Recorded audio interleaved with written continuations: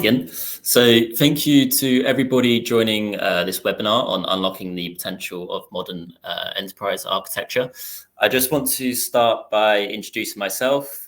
So my name is Julian. I'm the UK and Nordics business developer for Mega International, which means that I'm the first point of contact for anyone curious to learn more about our platform, OPEX. I understand that some of you might be Mega customers, partners, or maybe you're just curious about EA practice and the platform that we offer. So hopefully after the webinar, you can walk away with some fresh new insights or ignite some new ideas around EA within your own place of work and its operations.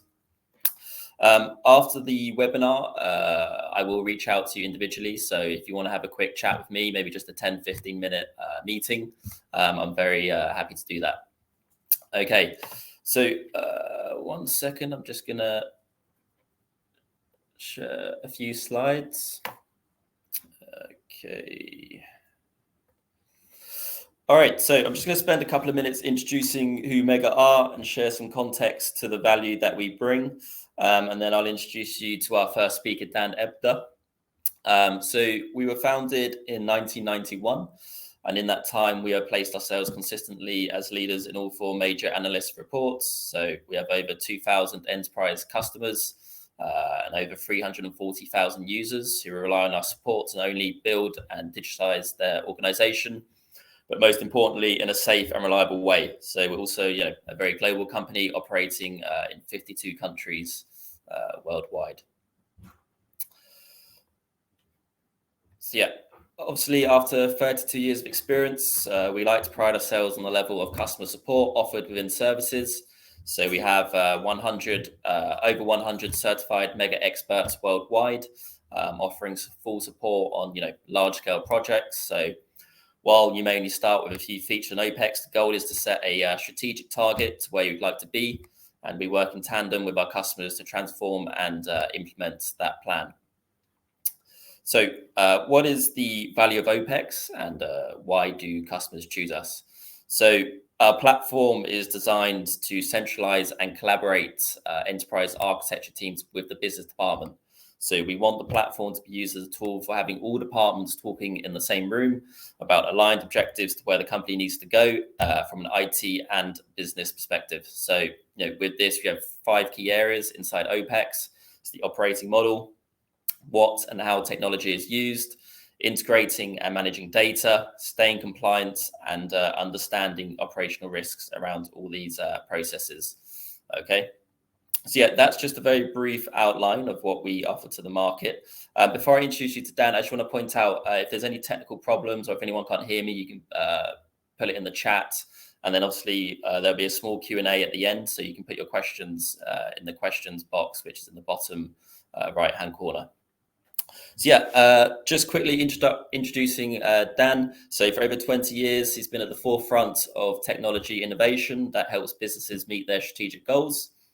In his current position as Chief Strategy Officer for Mega International, Dan drives the company's strategy, focusing on formulating product direction that meets evolving market needs for business transformation solution softwares.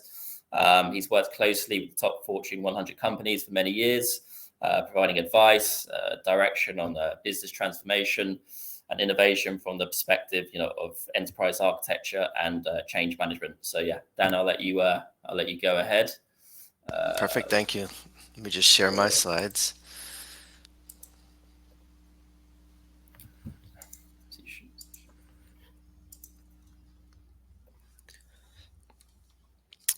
All right. Excellent. So thank you everyone for attending today. As Julian mentioned, we're going to cover unlocking the potential of modern enterprise architecture. And the way that we've broken up this presentation is I'll first walk through some of the elements of what is modern enterprise architecture and how to articulate value and achieve value. Then we'll follow that by a success story presented directly by one of our own customers. So to start with, what is modern enterprise architecture? There's been an evolution in the enterprise architecture space over the last, say, 5, even towards 10 years, but it continues to accelerate. And that is moving not away from IT in and of itself, but away from only covering IT. So enterprise architecture has spread the scope so that it now is inclusive of business, and in particular really directly targets business value.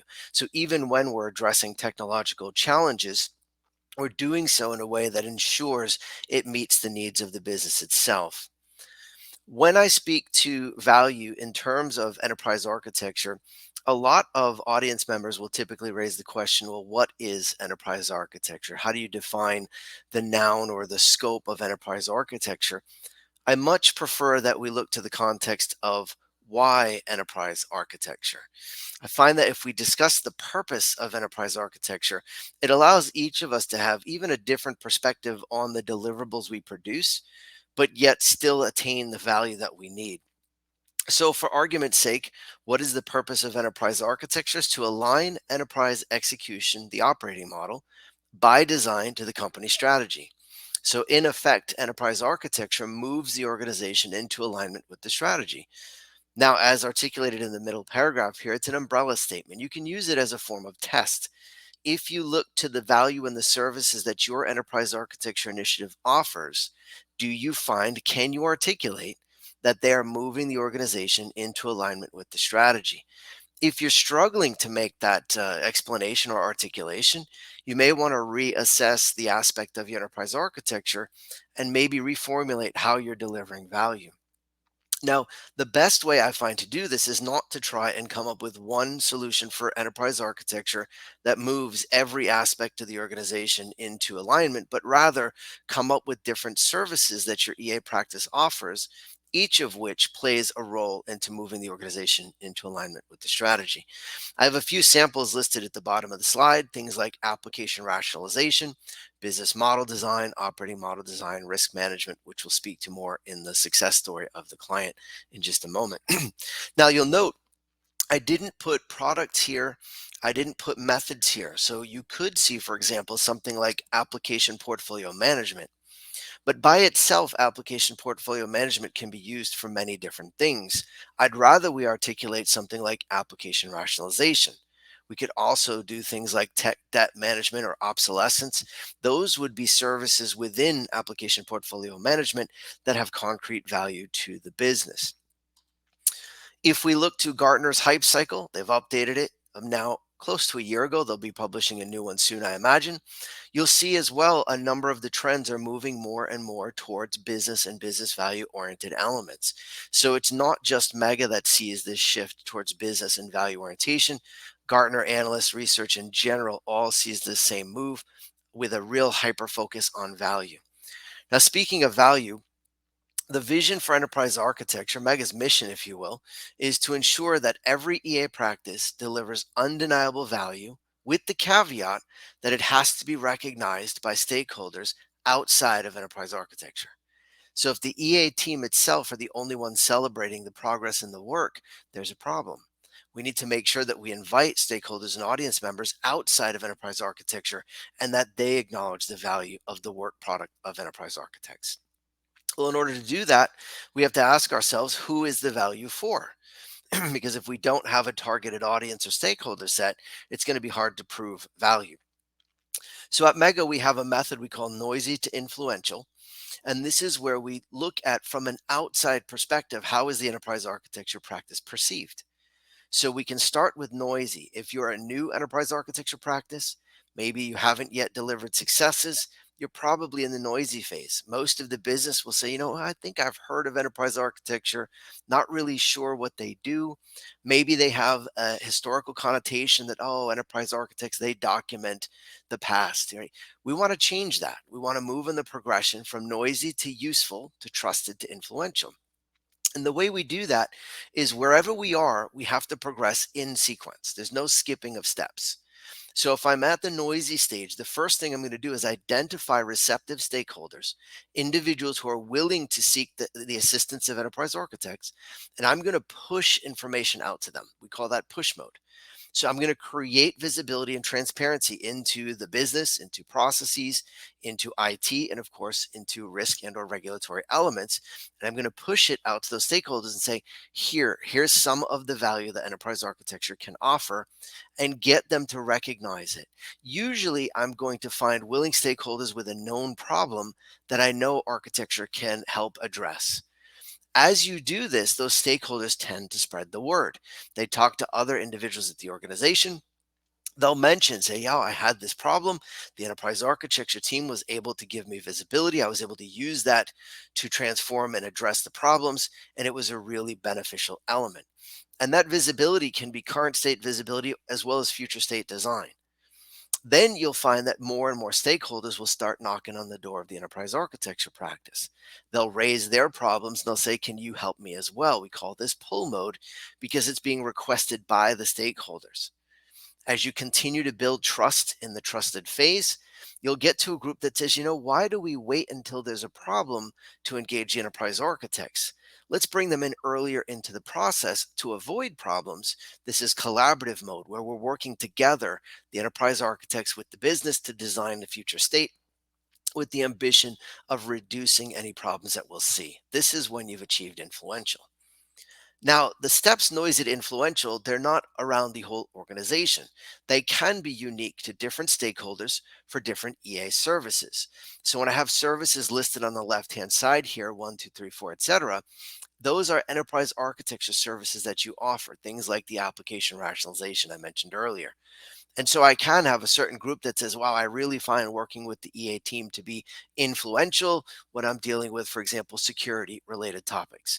But maybe as it relates to data oriented topics, we're not yet sufficiently mature and they're useful, but not yet influential. So you can really target where your different stakeholders are for different services and plan on progressing them towards that influential goal.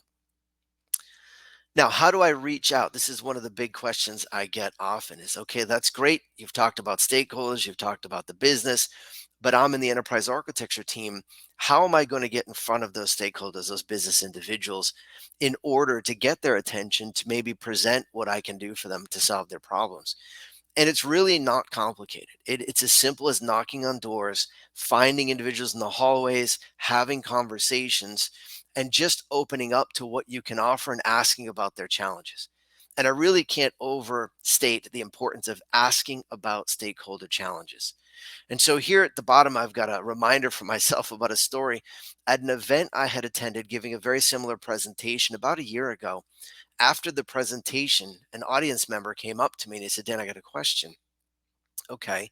He said, I produce very valuable deliverables within my enterprise architecture practice. We've spent a lot of time improving our maturity, honing the architecture, the models, the output. And yet, when I give it to my business consumers, the stakeholders, they don't see value. They essentially just toss it in the trash. What should I do?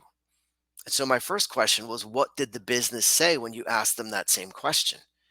They said, oh, I haven't asked them yet. And so for me, it's critical that you go and have these conversations with the business stakeholders. And if there is a gap in the reception of value, to really challenge and say, well, what is it we're missing? Or what is the need that I'm not fulfilling? Because I have many tools in the enterprise architecture toolkit, and we can really strongly enhance their ability to transform. Now, when you are looking at the different enterprise architecture services that you're offering, again, listed generally here as service 1, 2, 3, and 4, there are different capabilities. This is different than the noisy to influential screen I'd presented earlier. That in order to succeed in the EA practice, you have to ensure you assess your own EA practice skills, or listed here as capabilities, to say what are the enterprise architecture capabilities needed to deliver the services that the stakeholders will find valuable. And so I've organized it here as an example. I could create, for example, capability within EA to establish, maintain, and evolve the business capability model, to establish, maintain, and procure a technology inventory, to again establish and maintain the technology lifecycle.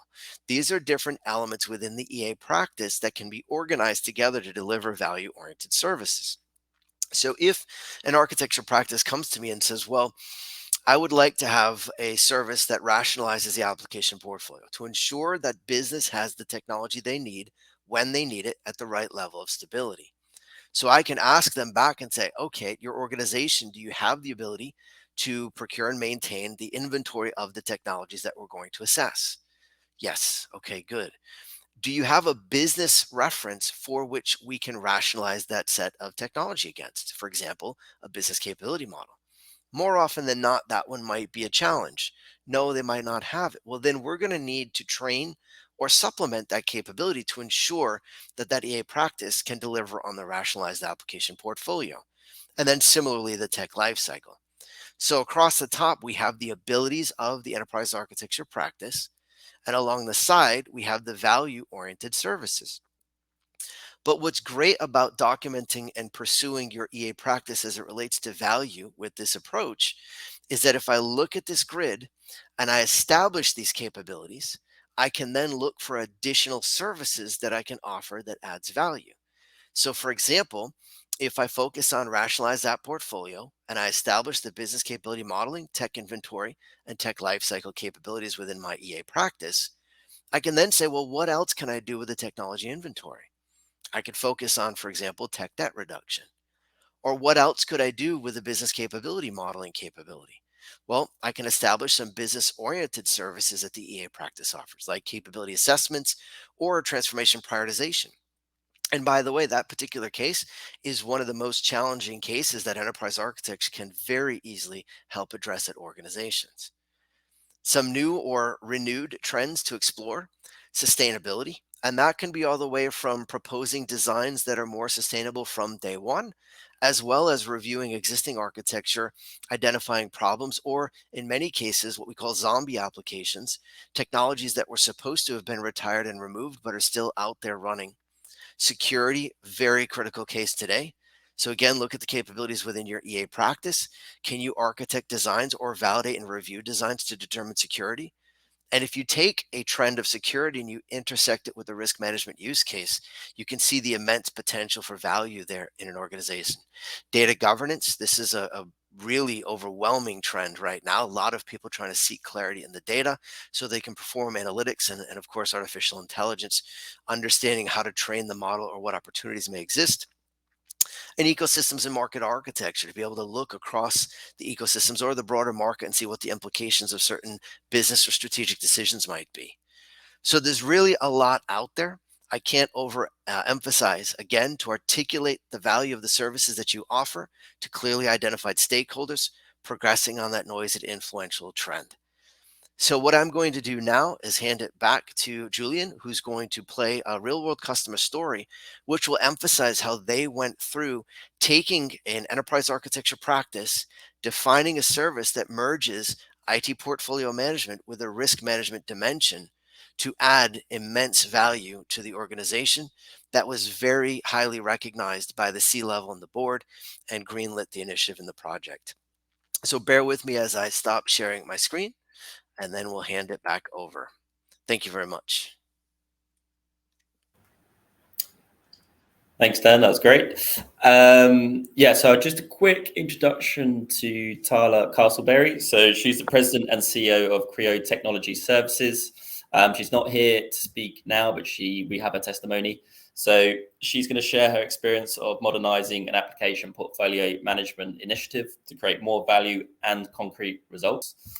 She's also going to share how she earned the support and confidence of top-level management, established a direct connection between architecture projects and strategic business initiatives, and how she maximized the value of EA practice to better align business, IT, cyber, and regulations. So I'll just play that now. For attending. I'm excited to introduce today a presentation which is labeled Real World Experience. So we've got Tara Castleberry on the line, who is going to speak to a real project, and it really touches on a key element that we see at our clients at Mega, that application portfolio management, highly popular, highly valuable. Where do we go from here? How can we expand on that success and build additional value? So we're going to speak to maximizing the value of your application portfolio management practice with risk and compliance. And again, it's a real world scenario, so I'm very excited. If we can go into the next slide. Again, happy to introduce Tara Castleberry, someone I've had the pleasure of working with for a number of years now at different clients of Mega. Expert in the technology space with over 30 years. now the CEO of Creo Technology, helping clients to implement essentially what we're talking about today. It's really building on and increasing the value of application portfolio management. You can see a series of other roles and titles that Tara's held, a vast knowledge that she shares, and we're excited to have her participate today. So Tara, I'll hand it over to you, and I look forward to hearing the conversation. So thank you very much. Great. Thank you, Dan. So enterprise architecture really kind of became that we do not speak of. And what's interesting is the evolution of the role into a leader and a mentor. I pulled two quotes out to kind of highlight that. Albert Einstein once said, "The leader is one who out of clutter brings simplicity, and out of discord, harmony, and out of difficulty, opportunity." We as enterprise architects are typically wired to be focused on simplicity, harmony, and identifying opportunities. But then astrophysicist Carl Sagan had said, well, we live in this society that's absolutely dependent on science and technology, but we've cleverly arranged things so that almost no one understands the science and technology. And that's the prescription for a disaster. So if we take those two different views, a leader about creating the simplicity, the harmony, and the opportunity, and a mentor who actually ensures that more folks understand the science and technology, we start to evolve the role of an enterprise architect. Let's move forward. So we're seeing a convergence, and I think you're starting to see it in the various quadrants and assessments of technology platforms that are occurring. There's a convergence of enterprise architecture and risk management. So enterprise architecture, we know it's a discipline. It's about proactively and holistically leading enterprise responses, really focused on mitigating disruptive forces through identification and analysis, and the execution of change toward desired business vision and outcomes. Oftentimes, the practical application of that is difficult at best. And we do tend to drive into our IT portfolio management capabilities, application inventories, very technology facing. So we have those common enterprise architecture use cases where it is about ecosystem transparency, it's about architecture and technology debt, and then transformation. Hey, we want to go to the cloud, or we want to execute on opportunities for improvement, pocket value propositions, but certainly disallows in many cases kind of a holistic adoption. So the real value of Mega and the meta model that it brings to us and that enterprise architecture discipline is the collaboration holistically. So bringing more resources into the party. When we think about digital asset rationalization, again, a typical use case. If we start to change our mind, or we start to communicate enterprise architecture a little bit differently, we realize that when we do enterprise architecture well, we do risk management really well, and vice versa. So if we consider enterprise architecture as a risk manager or an advisor or an innovator, we start to realize the value proposition of being able to ensure readiness, recovery, and resiliency, expanding those business-facing opportunities, and enabling optimization through artificial intelligence, whether that's automation or assessment, this constant cultivation. So keep that in mind. There is a convergence. When we're standing in front of an audience, it's very difficult to say, I'm an enterprise architect, and here's what I do. I have struggled for years, more than 10, trying to articulate what I actually do. There is really a difficult hallway conversation or elevator pitch. So I've found that using risk management really gravitates toward a different audience, which ironically enough has opened up new doors.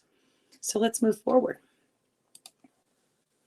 So setting the context, I recently accepted a client about a year ago, and we've been working with this client closely. It's a new mid-size insurance company born from a global firm divestiture. What does that mean? There is technology debt. There's unnecessary complexity. There's profound work effort and change fatigue in an effort trying to move over to economies of scales, taking a cloud-first approach. But there's also ongoing merger and acquisitions, as well as the desire to take the firm into a public state through an initial public offering.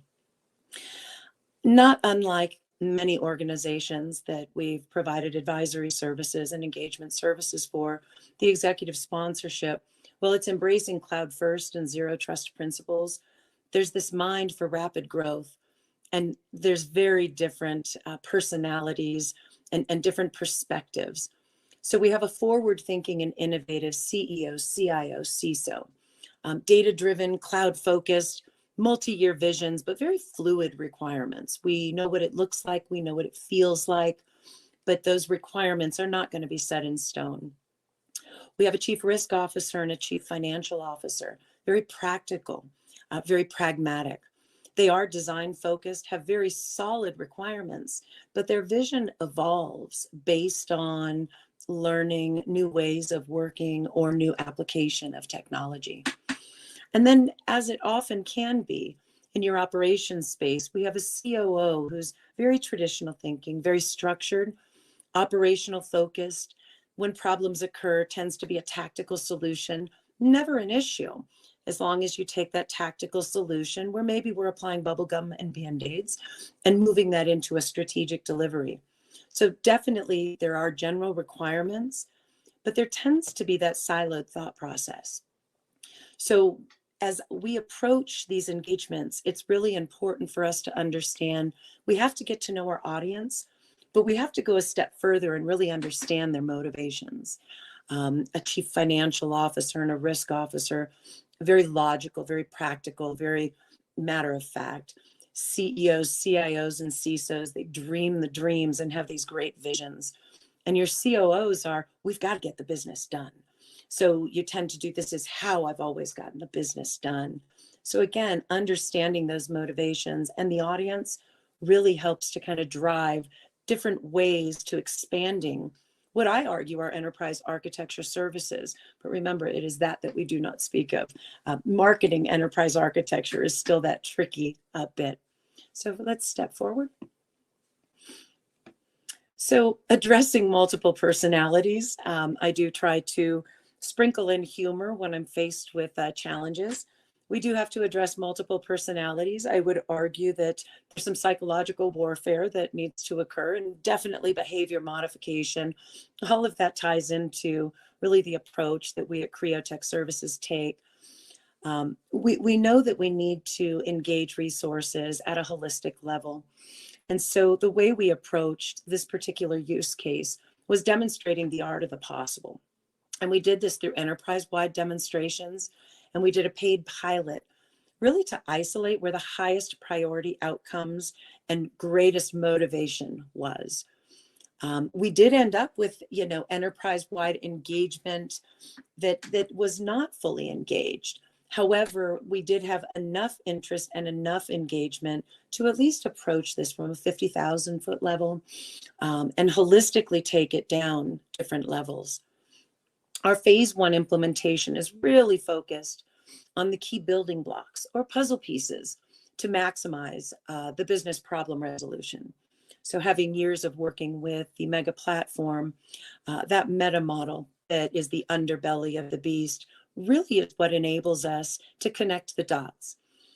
As architects or even as risk management resources, we recognize that everything is intrinsically connected. So as a result, the idea becomes, if we focus on those building blocks or those puzzle pieces, we can actually start to connect the dots. So you take your application and technology portfolio and lifecycle management disciplines.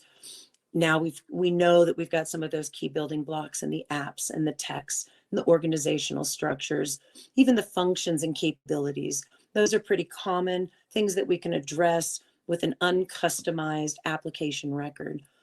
Then when you roll in regulatory frameworks, risks, policies, standards, controls, we understand the layers of those, or we desperately try to.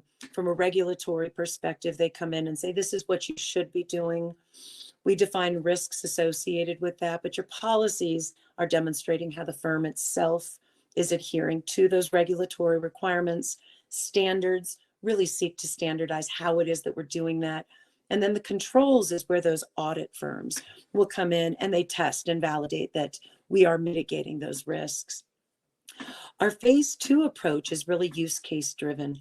Given now that we have the key building blocks or those puzzle pieces, we can start to drive multi-year, multidiscipline approaches to the maturation and broader adoption of the platform. So now we can start considering things like we've got apps and texts. What things are we concerned about? Maybe it's the authentication method. Maybe it's the way that data is moving through integrations. We can start to apply technology risk ranking or rating. We can start to better manage the regulatory obligations, the control objectives, and those controls. We can start to see how those regulatory obligations branch and relate to our internal policies, standards, and even if we're focused on just IT, those IT general controls, the big ones like access management, change management, that which we are absolutely held accountable to. We can also start to report on aggregated control KPI measurements. So as opposed to doing things in a manual intensive way or publishing, quarterly white papers or all of the reports that we need to produce to enterprise risk organizations, if we're driving from value propositions, we start to see we have all of this information, we have all of this data. How can we embrace the art of the possible and do a push button magic? Here's your report. We can also start to mature and standardize how we're tracking major incidents, action plans, doing so with consistency. This is going to allow us not only to identify those incidents and action plans, but to publish those back to key constituents or those that do, conduct the reviewing, internal auditors, internal compliance teams. It really does kind of take that vision of a one-stop centralized platform and really enables kind of that collective and collaborative cultivation. Business continuity, there's often this big silo between technology and IT. We know that business typically owns that business continuity, but one of my first, engagements in one of the larger insurance firms was really, every time they would come out with their business impact assessments, it would be this blank template, or it would be a template I filled out last year, and it wouldn't contain applications that I knew I used. So I had to go through this brain dumping process of what do I actually use? How is the rest of the business doing this? Well, within Mega, especially in your application portfolio management, you have inventories of applications. That becomes a very small opportunity that helps to assist in that business continuity effort, if only by providing the viable data and that standardized data that we can then bounce a business impact assessment against that will help further the maturity of what we know about an application and risks specific to them. So if we step into our next slide, really kind of drawing a holistic picture. So I talked about if we take it from a 50,000 foot level, we see the entire Mega platform. And then how do we target that in a way where we can start to see some of those holistic organizational hooks? And we did so in our pilot phase in the light green indicated by the number ones. We thought, let's go ahead and touch the business capabilities, bring that into the business, touching on business architecture, laser focused on applications and technologies, spinning down a little bit into the installation and technical architecture, and out again into those regulation frameworks, risks, and controls. We also did opt to embrace two data subscriptions, one with UCF. The regulatory frameworks, they change all the time. They constantly have directive changes. So we knew that opposed to going out and fishing for those from NIST or from COBIT or NYDFS or even Delaware, the different regulating bodies, through UCF, we can integrate those very quickly. And following an initial effort of relating that back to internal policy standards and controls, you start to see the whole picture in a dendrogram. The other one where is a real win that comes in, it's very difficult, a huge manual effort, is the management of technology and application life cycles. So as we move toward vendor solutions, vendors absolutely communicate their life cycles. But if you're in an organization that has 3,000 plus applications and or technologies, they tend to explode on the technology side. Managing that, again, becomes a very daunting effort. So ITpedia enables us to not only rationalize, but also organize our technologies in a standard manner, and brings down those life cycles into our technology portfolio inventory. As we step into phase 3 in our use case based approaches, you'll notice that in steps 1 and 2, we've really articulated those building blocks or puzzle pieces. And as we step into phase 3, we've really set the stage, and we have some of the foundational pieces that are going to hold and help us with the relation and further expansion of what it is that we're doing in those use case value propositions. So as opposed to stepping into meetings with our resources and saying, well, what do you need? We can actually say, here's what we have. What are you doing today? And then it starts, we've already brought them to a level that we can build upon. So again, our holistic approach was really about setting a holistic enterprise-wide kind of a foundation so that the use cases, no matter how diverse they are, when they come in, we can approach them and those building blocks are in place. So let's step forward. So if we think about it, from enterprise architecture to IRM, that building on the IT foundation. So if we think about the quadrants, right, when we assess different products, for years and years, I've always seen this common denominator with governance, risk, and compliance and enterprise architecture. I think naturally that's why I became bifurcated in my skill set, but it was a common pattern. So the architect in me prevailed. And if we think about enterprise risk management, the puzzle pieces are the building blocks that we need. It's apps, techs, orgs, capabilities. If we simply enrich that now with risks and policies, we are now providing a viable service to enterprise risk management. The same holds true for compliance management. We've got the apps, techs, and the org units.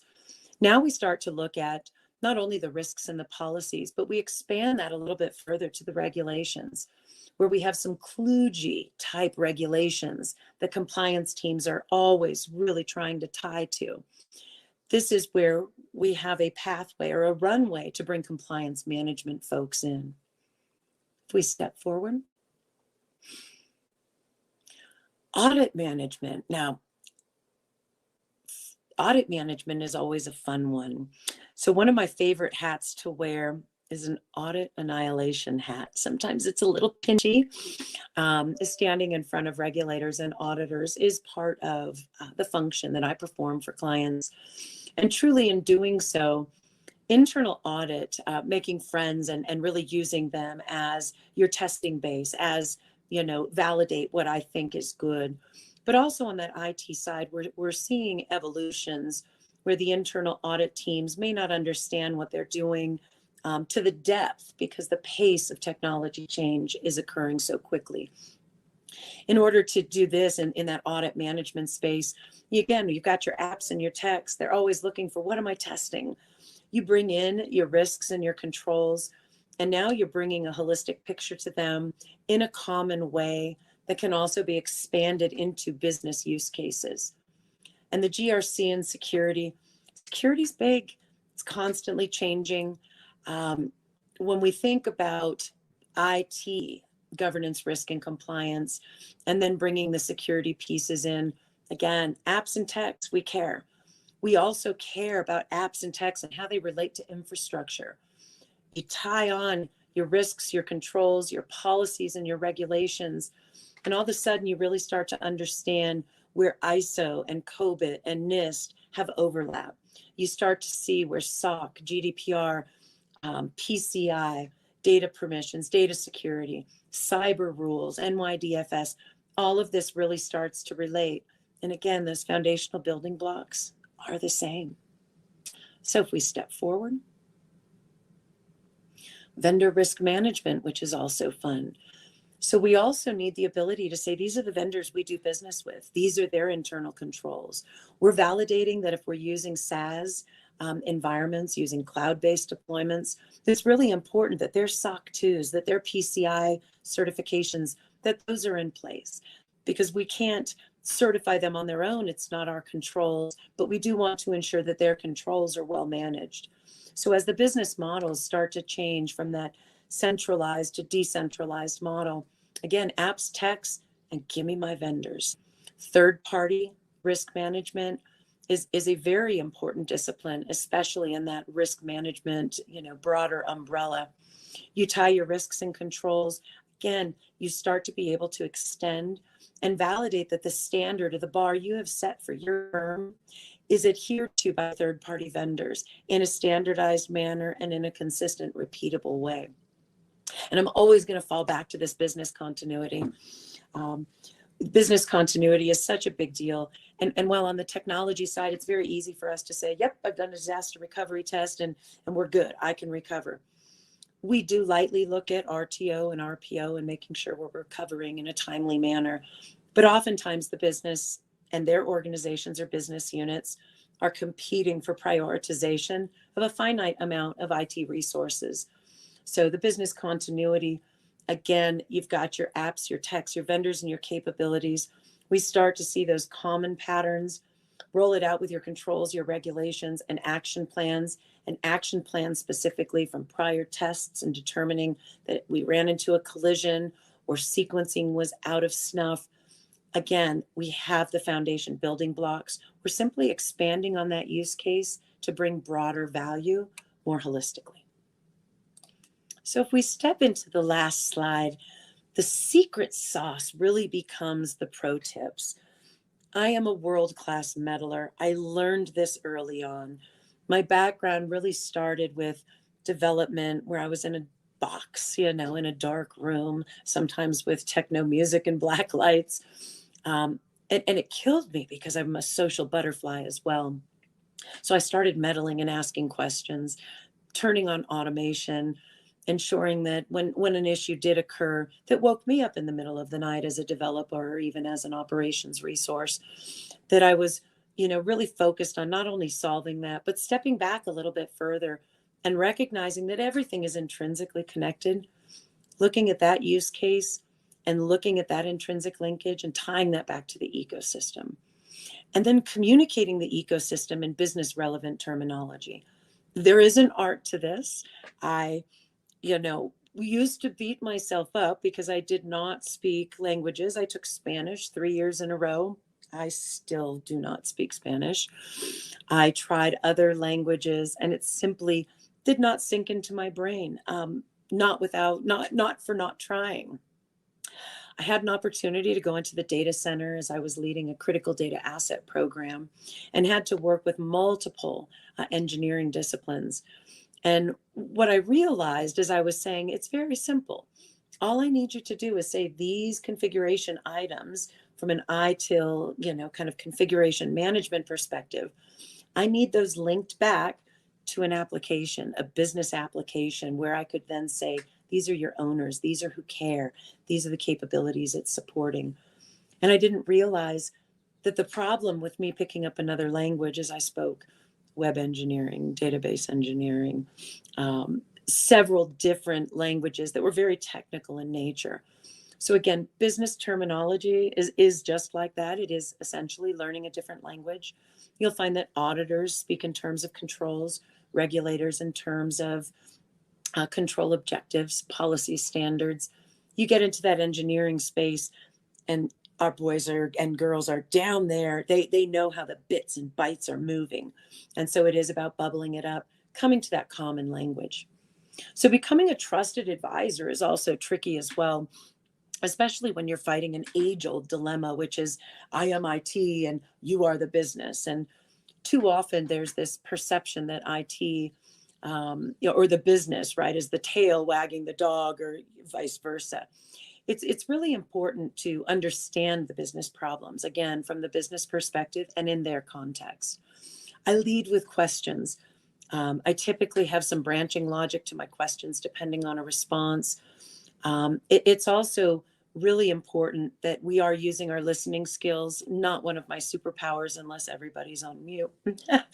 Being able to sit back and listen and really understand the problem, giving them some terms and ways of talking about it, but also embedding yourself in not trying to solve world peace. So as enterprise architects, we tend to really drive toward, I need economies of scale. I need to reduce the complexity.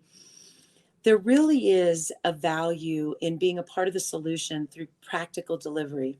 And if you deliver iterative solutions that improve the business's ways of working, you're going to be the first person they call.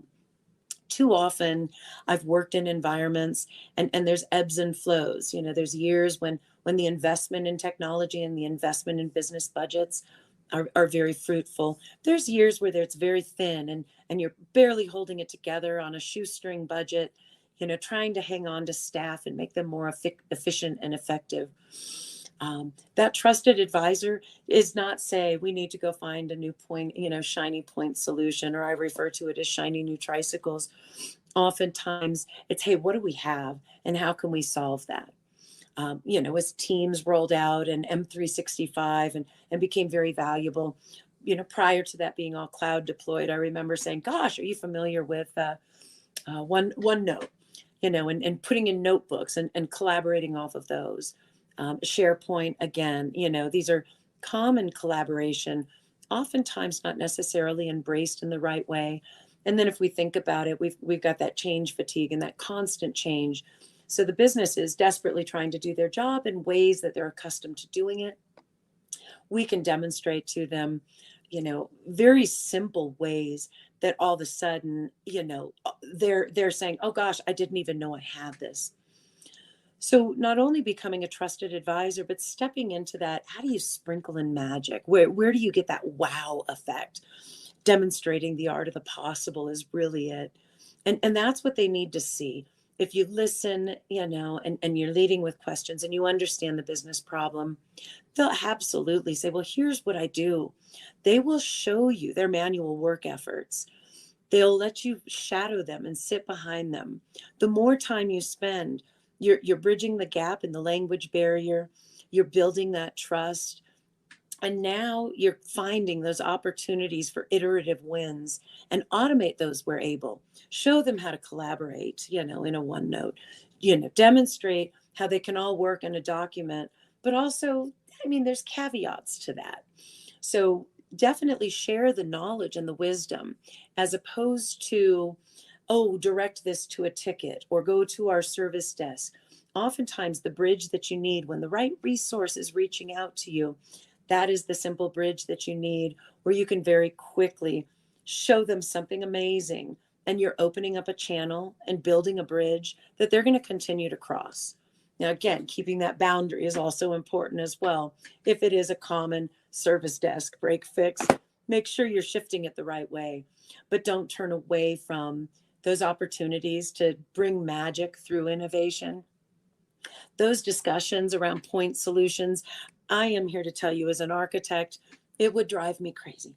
They would come in, heavy on the insurance space. They would come in and, hey, we need a new payment platform.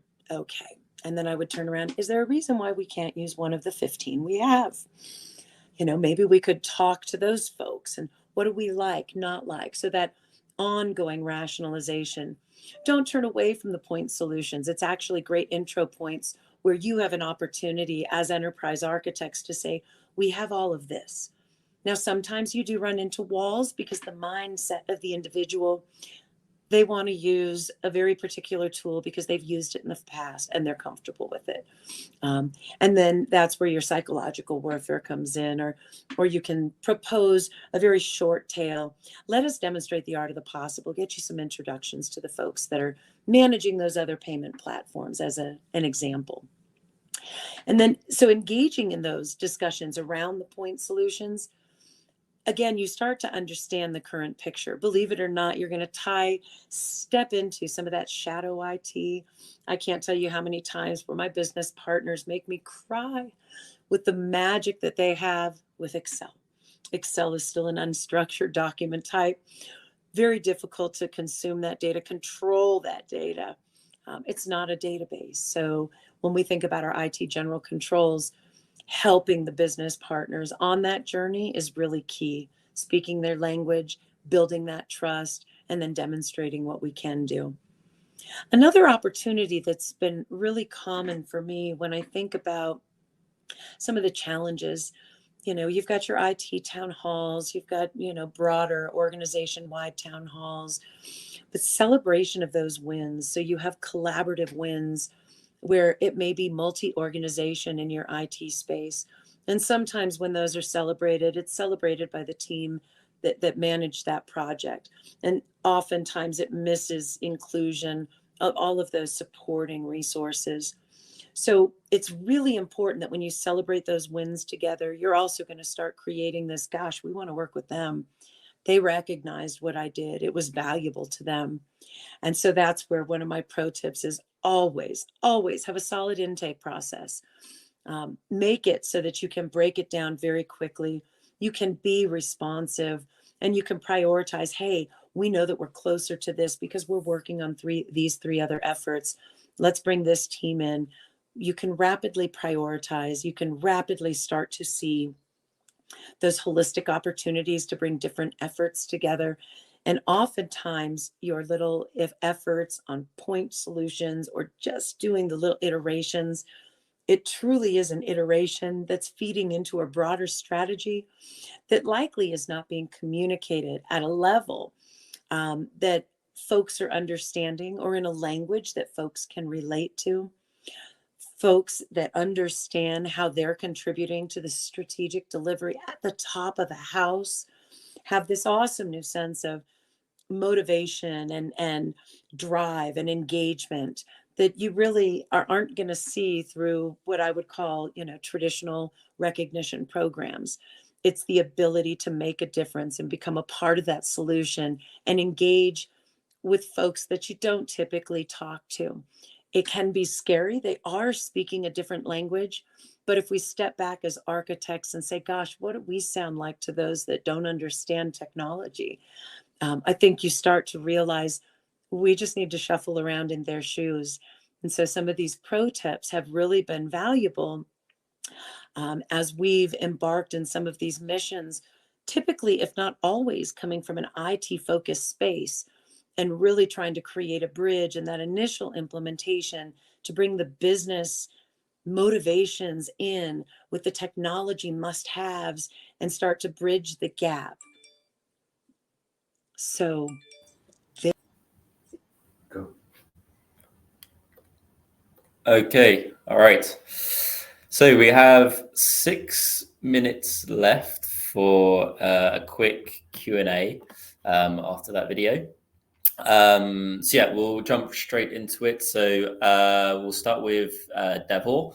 So Devor asked, if we want to build EA capabilities in-house, who are the best candidates for that role? So what background, skills, experience shall these persons have, and from which area should they ideally be? So Dan, I'll let you go ahead. Yeah, the short answer is it really does depend on the EA capabilities that you're looking to construct.